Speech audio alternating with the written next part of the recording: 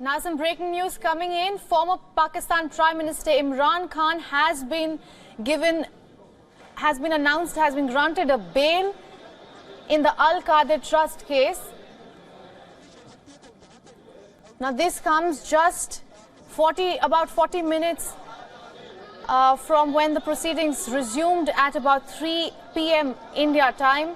And these are some live visuals coming in from Islamabad. We are getting reports that police has been stationed just outside the Islamabad High Court. And earlier reports also suggested that the former Prime Minister Imran Khan was set to make an address just outside the Islamabad High Court. We are yet to see if that takes place or not.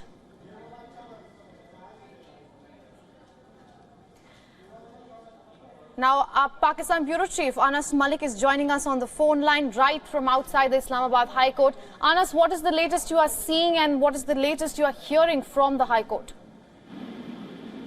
So I was inside the court. I'm still inside the court premises, but outside the courtroom where Imran Khan's case was being heard.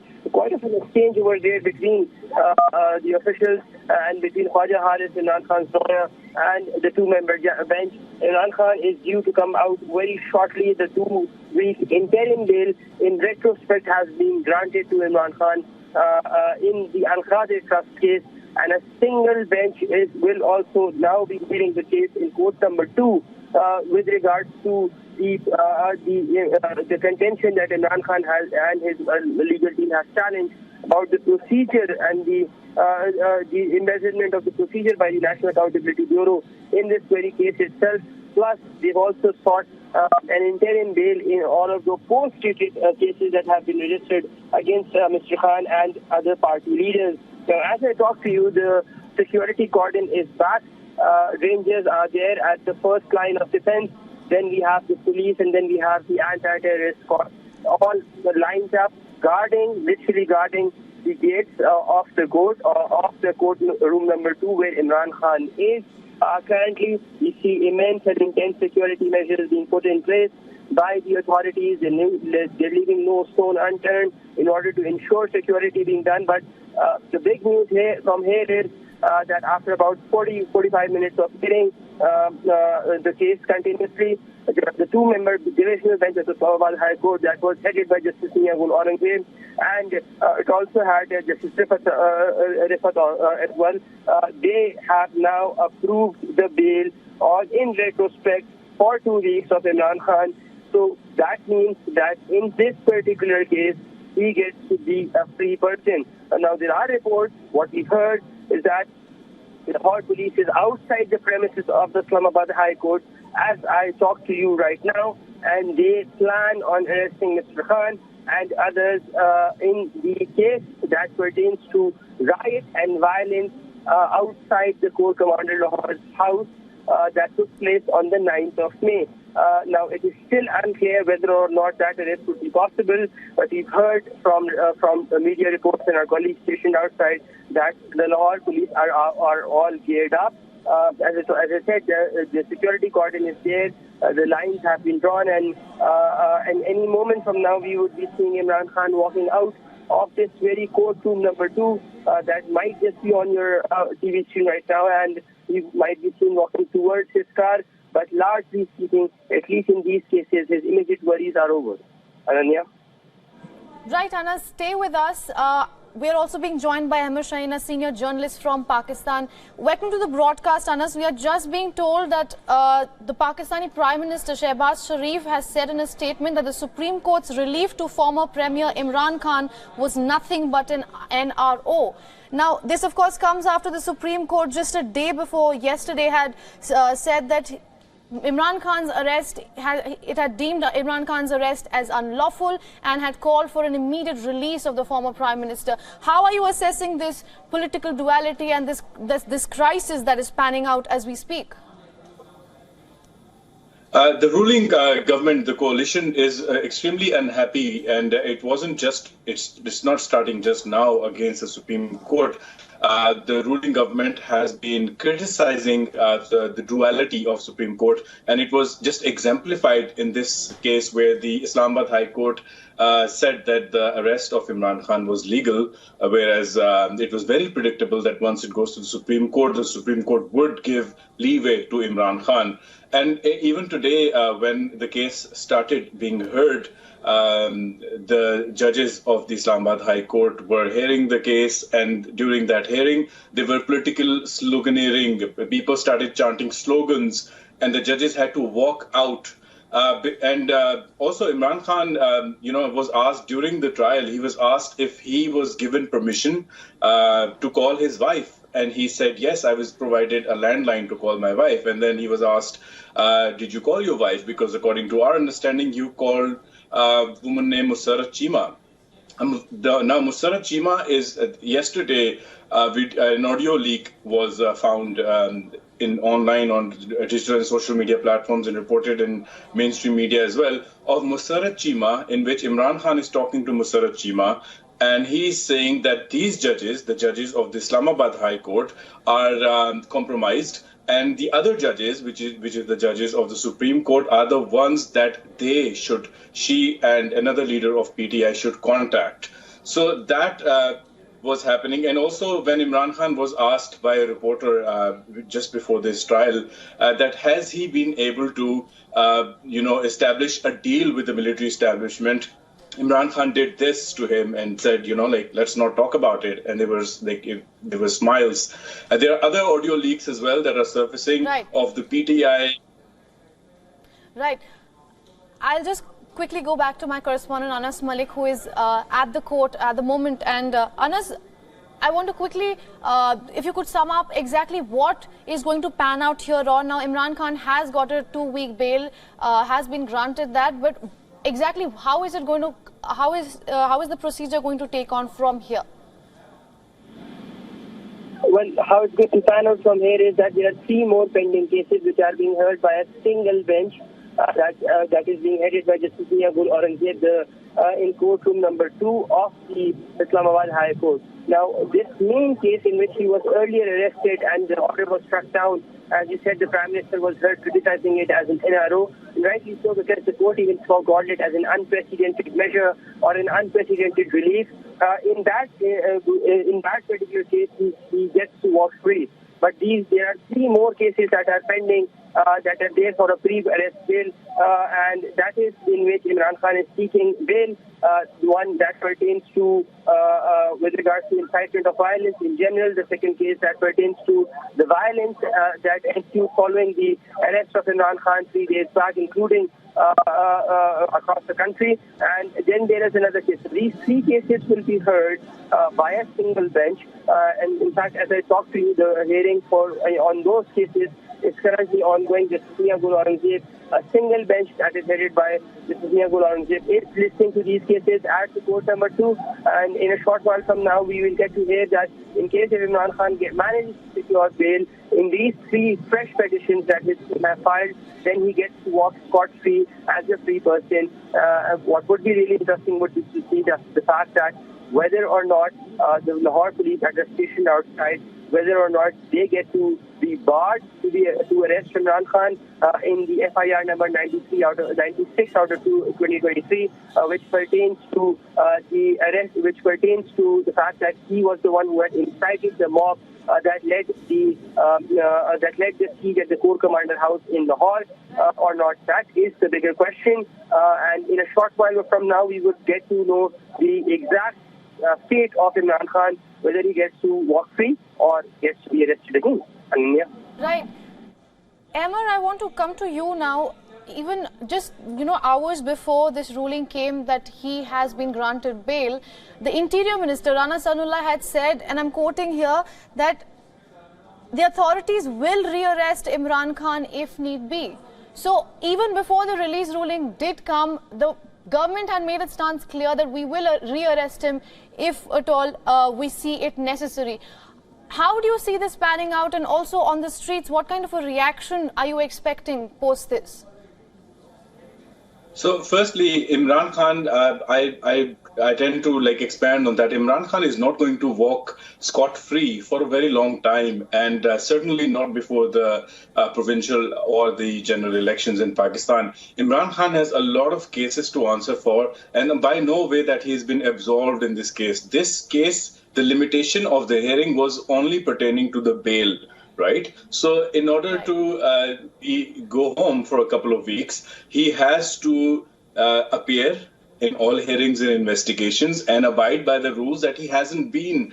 Even in the court, his lawyer said that we've not been given notice. And once it was established that the notice was given, he said, we didn't think it was a legal notice. So Imran Khan is defying the proper procedure. And then, of course, if someone who's accused is not going to appear in courts, and every time a warrant is issued to them, if they beat up police officers like they have done on cameras, this arrest is very likely to happen. In terms of what's going to happen on the streets, the Intelligence Bureau has just now released its report, and it has told the police and other law enforcement agencies that there are threats of worsened attacks and worsened violent protests in Pakistan after Imran Khan is released. It was very expected that Imran Khan would be released, but that's what the Intelligence Bureau of Pakistan is saying. Although, I mean, as a journalist, I would like to think that the violence will subside, and it will be more of a jubilant and celebratory protests, if any. So I think overall, if you look at the other situations, for example, the stock market was crashing during this whole debacle, but the stock market is expected to get a little bit better now. Pak rupee plunged to all-time low. It became 300 rupees for a dollar. Now it has become 285, around 285 rupees now in the open market. So there are positive signals coming after Imran Khan was expected to be granted bail. I think the things are going to turn a little bit better until Imran Khan defies court orders, arrest warrants, and then another attempt, and it will be a violent attempt, because, of course, we condemn the government the way the authorities arrested Imran Khan, but the real question is, how else was it possible to arrest a man whose supporters are seriously injuring police officers, even when they come to give an arrest warrant, just to issue one? So that is the kind of situation in Pakistan. I think things are going to become better till Imran Khan refuses to abide by the law and abide by the procedures and then gets rearrested, or there's an attempt to rearrest him, and this whole episode can play over and over again. Emmer, I was just quoting from this tweet that the Islamabad police has just put out, that the situation in Islamabad, they are saying, is peaceful and roads are open. However, the police is also claiming that agitated protesters are present across Islamabad and at places with stones, slingshots, sticks and petrol bombs. So we were just earlier discussing what kind of a ripple effect this will have, and just moments later we can already see that panning out on the streets of Islamabad. Yes, as I was saying, the intelligence report, contradictory to what the Intelligence Bureau report is, that the violence is going to get worse is likely to get worse when Imran Khan, when Imran Khan is granted bail and released by the court. However, as a journalist, like I said, it is expected what the police is also now tweeting about, is that there will be people still outside, because there were calls for protests all over Pakistan. There will be people outside where they were, congregating to protest, but the protests are not going to be violent, because as a background for this, Pakistan Tehreek-e-Insaf has been over and over repeating that Imran Khan is our red line. If you arrest him, then there are going to be violent protests. Imran Khan legitimized the violence inside the court yesterday in the Supreme Court as well, when he said that, of course, when you arrest me, what do you think will happen? And for which he was reprimanded by the Supreme Court as well. So the red line is arresting Imran Khan. If you don't arrest him, if you're granting him bail, if you let him go back, then the violence element of the protest is also going to subside, and we've seen it as well. Also, the violence, even yesterday, the whole day started very peacefully until PTI leadership started asking those protesters to come out and started guiding them where to go, and then there were audio leaks of those, those instructions as well. So I don't think that situation is going to get worse till a point where Imran Khan is rearrested for not following the legal procedure once again. Right, we are being told that Anas Malik is back on the phone line with us. Anas, can you hear me? Yes, I can hear you. All right, we were just discussing the Islamabad police has just tweeted that the situation in Islamabad is peaceful and roads are open. However, the police is also claiming that agitated protesters are present across Islamabad. Troops of Pakistani army are patrolling on different highways, we're also being told. What is the security situation you are seeing at the moment? Well, you're right. We've heard, we've been inside the court. And the PTI had already called for its members to congregate at G13 at the Srinagar highway, and we saw that some violent clashes between police and protesters. Now, what we've heard at around Islamabad, there have been some active people people from the mob mentality from PTI who have been going around with batons and sticks. But with that being said, the police have said that they are reacting to the situation. That they are wary of it, and we've seen and we've heard that there has been shelling, tear gas shelling that has been done, that has led to some people being injured, and we've heard that there has been shelling, tear gas shelling that has been done, that has led to some people being injured as well. As I talk to you, the security situation largely in the city is calm, minus these isolated incidents that have taken place in one or two parts of the city. Ananya? Right, Anas.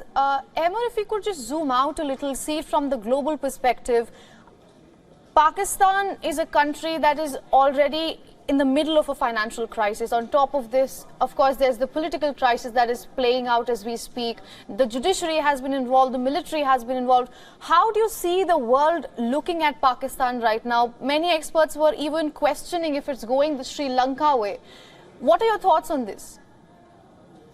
I think before we go globally, internally on the federal level, at the helm of affairs, the leadership of the country is just like Imran Khan is trying to become a martyr in his own right. The leadership of the country is not really worried if they will lose their government or what will happen if they openly and blatantly through the parliament and through the federal cabinet, like Shehbaz Sharif did just a few minutes ago as well, if they go against those Supreme Court judges and if they rubbish their orders and if they kind of cast a shadow of doubt on them. So they're playing, everyone's leaving the crease in terms of how Imran Khan speaks. They're leaving the crease and they're taking that risk of losing the government, losing face, and also going as far as saying, you know, how would the judges react if their own houses were burned the way the army officers and corps commanders' houses were burned?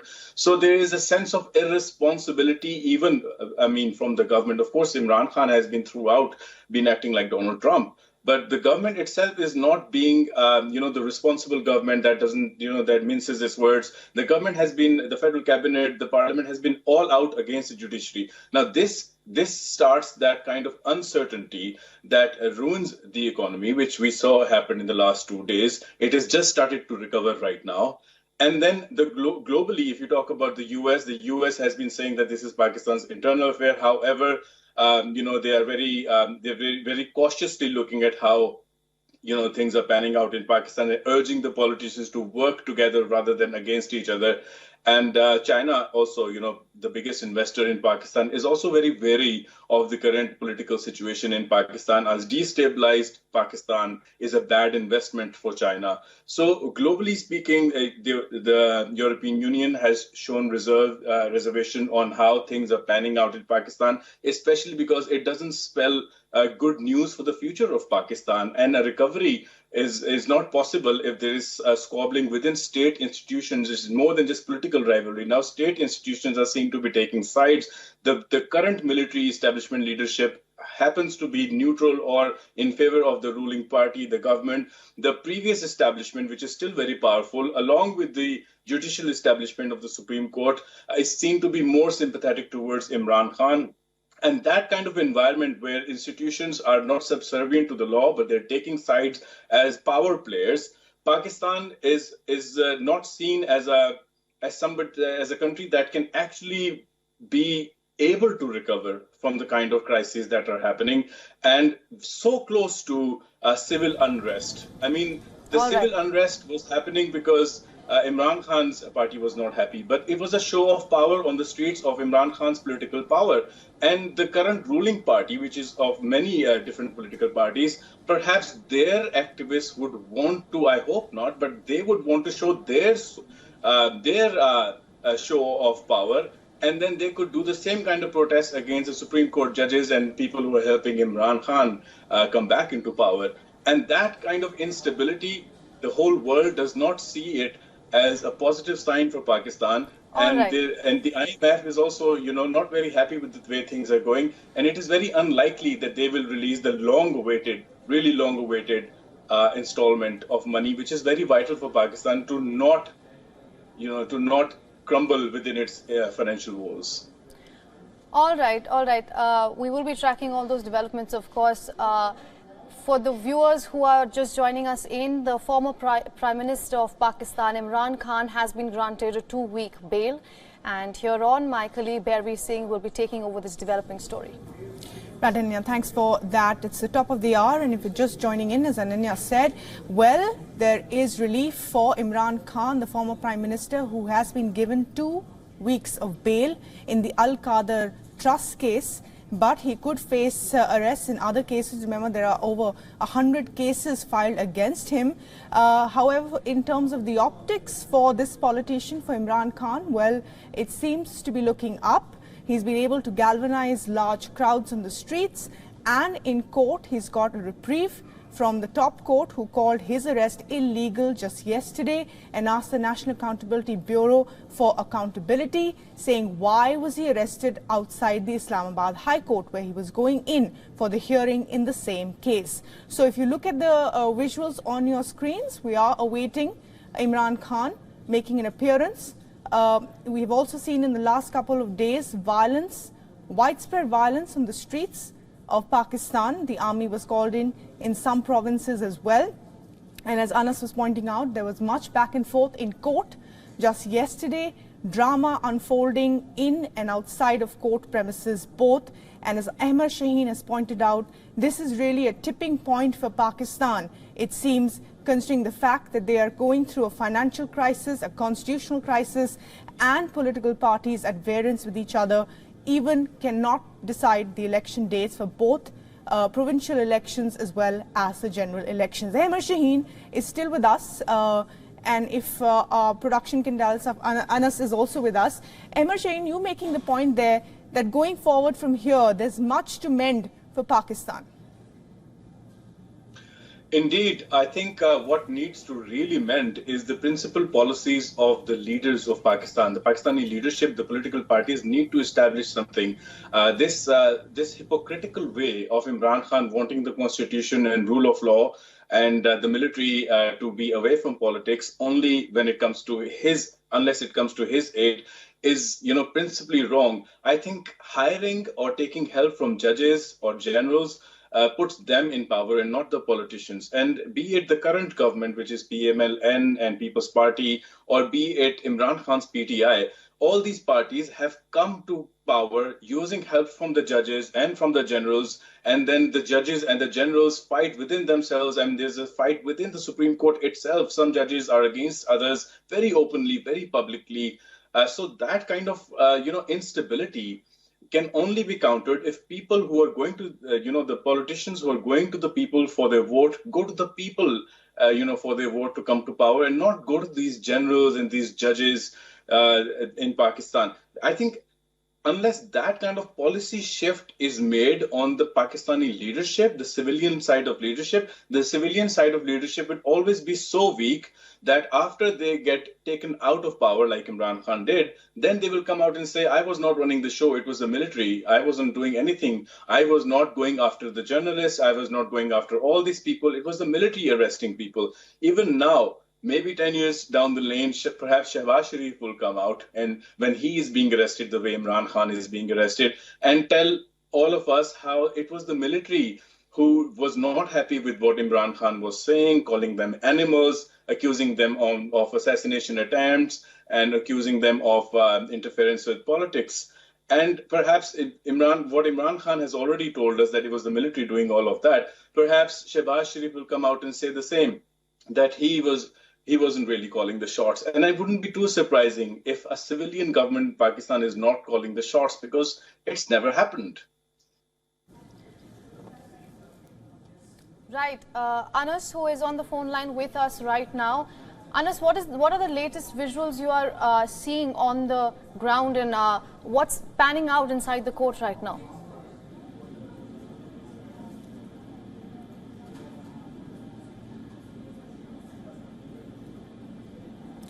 Well, I don't think Anas? we seem to have the line with Anas at the moment, but those are visuals coming out from the court, and you can see tight security there outside the court premises in anticipation of Imran Khan emerging anytime now. Remember, the last time he was in the court premises, we saw a lot of violence unfold and protests unfold, primarily because he was arrested in a dramatic way outside the Islamabad High Court. So tight vigil today outside the court premises. 2-week bail for Imran Khan in that case, the Al-Qadir case, but as many reports are suggesting that he could very well be arrested in other cases. Whether the government will act on that or not will have to be seen, because they'll have to see whether they hadn't anticipated this kind of violence the last time around, so they would like to tread carefully this time around as far as the cases are concerned. Yesterday, some strong words from the court towards the National Accountability Bureau, saying their actions were amounting to contempt of court. They were illegal. And these are scenes coming from outside the Islamabad High Court, where the matter was being heard and sent back from the top court. Emir Shaheen continues to be with us. Emir Shaheen, you know, we were talking yesterday about how Imran Khan in a short while had galvanized along a lot of people on the streets. Tight security today, a lot of press, of course, lots of crowds outside the court today as well. Yes, Imran Khan is a very popular leader. If he has enough, popularity to win the general elections, that has a big question mark on it. And also, Imran Khan's supporters are very, very loud and very visible. And Imran Khan's supporters are used to being able to do things that other political party supporters are not allowed to do. I mean, Mohsin Dawar was another politician, member of parliament, and through most of his, elected time, he has been behind the bars for one case or another, and he's been arrested from the court again and again. But there was no so-called justice for politicians like that. The Mohsin Dawar's supporters, the PTM supporters, are also like, there's a huge quantity of them. They're peaceful. They do not burn. They do not attack, ransack houses, attack buildings, and all of that. However, there have been violent military operations against that political party. Imran Khan, on the other side, PTI, on the other hand, its supporters have been given the kind of the access. I mean, they were able to enter no entry zones. They were able to even ransack and steal strawberries from the Corps commander's house. I mean, that's never happened in Pakistan. The only kind of political workers or so-called political workers are Tehreek-e-Labbaik Pakistan, which is a banned religious outfit, also a political party in Pakistan. The Taliban, back in the days when they were supposed to be supported, the Jamaat-ud-Dawa and the Lashkar-e-Taiba people were given that kind of a free hand, that they can go and rob places and attack and civilians and military installations and get away with it. So the confidence of Imran Khan's supporters is very high that they will get away with it. It remains to be seen that, all these people who were, so many people have been murdered, and a lot of people in violence have been recorded, and, we've seen it on the screens. It remains to be seen if the government is actually going to go after those people as well and take them to task. However, if we were supposed to believe history, there were people in uniform paying money to miscreants during the Faizabad Dharna, in which a lot of people were again killed. So that kind of support is, it shows that Imran Khan has been able to galvanize his supporters, but that also spells something very dangerous for Pakistan, because the other political parties, PMLN and People's Party, when they congregate, they are in huge numbers as well.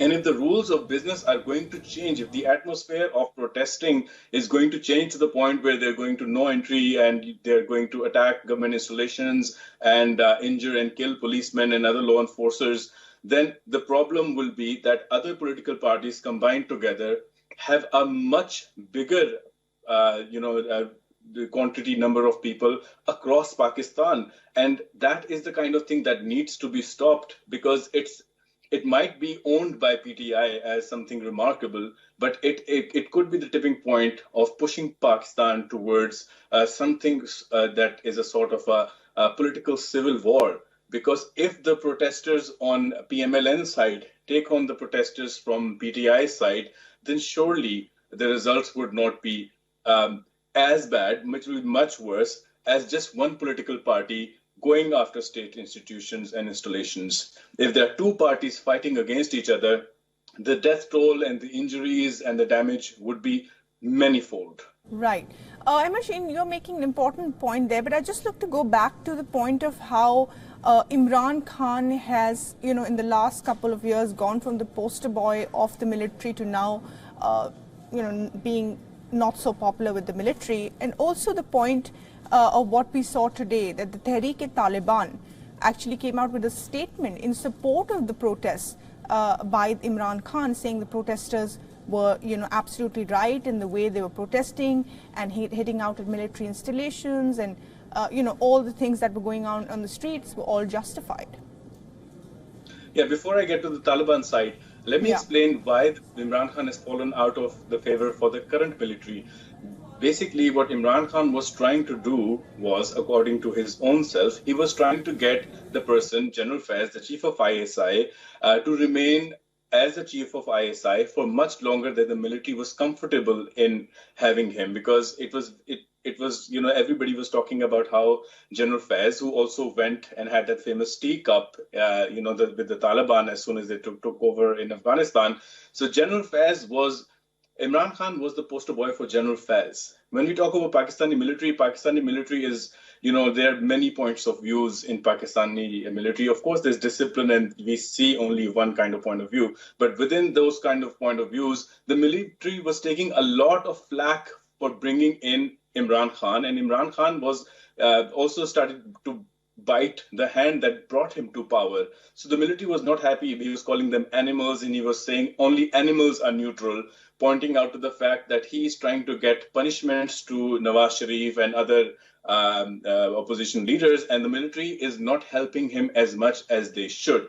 So Imran Khan very famously said that Imran Khan offered General Bajwa, the previous chief of army staff, to be the lifelong serving military general, the chief of army staff for Pakistan. So he was willing to do all of that for the kind of support that the military could not afford to give Imran Khan, because the military was losing its face in Pakistan. Common man was talking against the military, and at that time the PTI government and the PTI supporters were kind of, safeguarding the military, the respect and honor of the military. And Imran Khan was arresting journalists and activists left, right and center for speaking against the military. We were reminded on our cell phones all the time. Text messages would come on our cell phones that, if you say anything against the military, then you can be sentenced for so many years and blah, blah, blah. That was sent officially by the government to the people of Pakistan.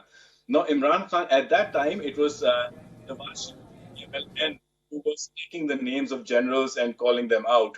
And now the roles have reversed. And it's not the first time the roles have reversed. Now, Imran Khan is taking the names of General Bajwa and General Faisal Nasir and all these generals, whereas the PMLN, which was openly talking against the military, against those generals, is now becoming holier than thou and saying, how dare you speak?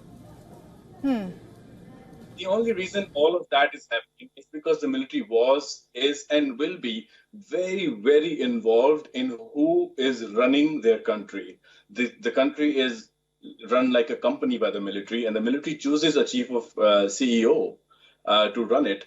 And these candidates for CEO, be it Imran Khan or Shehbaz Sharif, are candidates who spill poison against each other. Imran Khan, being more like Donald Trump, also attacks the generals once they don't give in to his demands. And that's the background of why he fell out of the current regime. He was trying to get the previous regime, the military establishment regime, to continue and not allow these new ones to come in. So the new ones are obviously not happy because the old ones were Imran Khan's godfathers, and Imran Khan wanted them to continue. If they continued, then the new ones would be retired and would never become the chiefs.